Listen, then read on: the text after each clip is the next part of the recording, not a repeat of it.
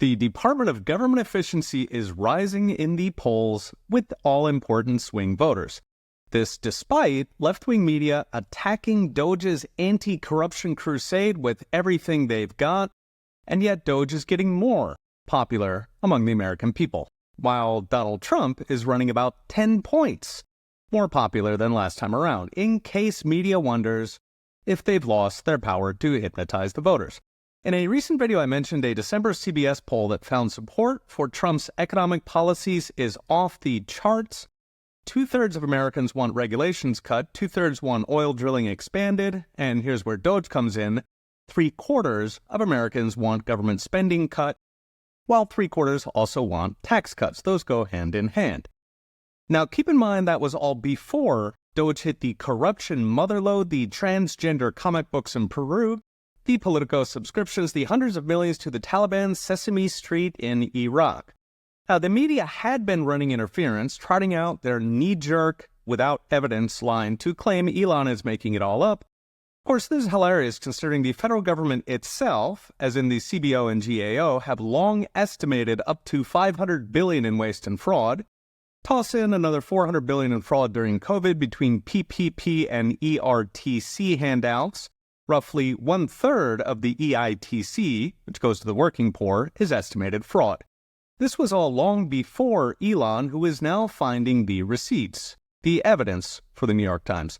When Americans are watching, while manipulated polls try and manufacture anti-Doge rage, a recent CBS poll says nearly 3/4 of American voters want Elon to have, quote, influence over government operations and spending.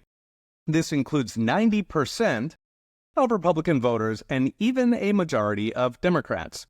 Meanwhile, left-wing media was in a panic last week as Axios ran a focus group in Arizona that found swing voters overwhelmingly approve of Doge. In fact, it had 80% support, even with the 24/7 gaslighting from our apparently deep state-funded media.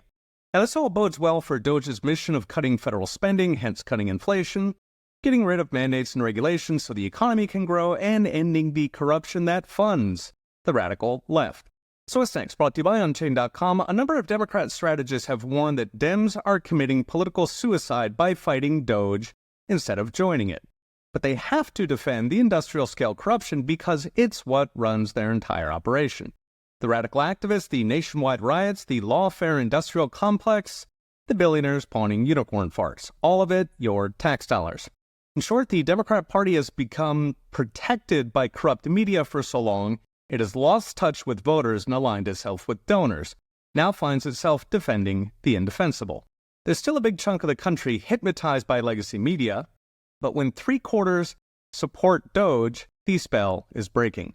There was a time when the Democrat Party was rational. Bill Clinton, for example, ran on strong border security, getting the able-bodied off welfare, and reducing government spending to balance the budget, which are all very popular among actual voters. Alas, the party today is unrecognizable, turned into a vehicle to defend corruption, illegals, activists, and Ukraine while leaving North Carolina, Florida, and America's inner cities to die.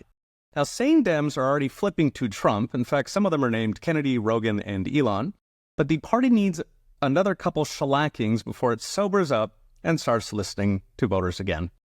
A new episode of the podcast just dropped, rounding up all of last week's stories. Check it out at petersatange.com. Okay, we'll be watching. See you next time.